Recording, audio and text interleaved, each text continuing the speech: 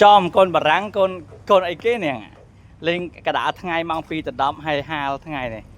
mơ một tí mơ hả chom con Islam với hai thằng ngày đi con bà răng chứ để tí là rơi từ cả đã từ lấy mà đâu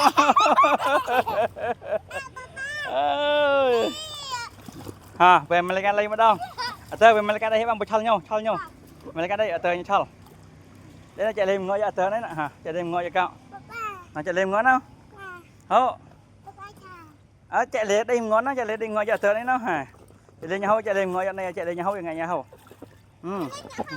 ha này cậu thal go vô này rồi vô này bạn đẻ rồi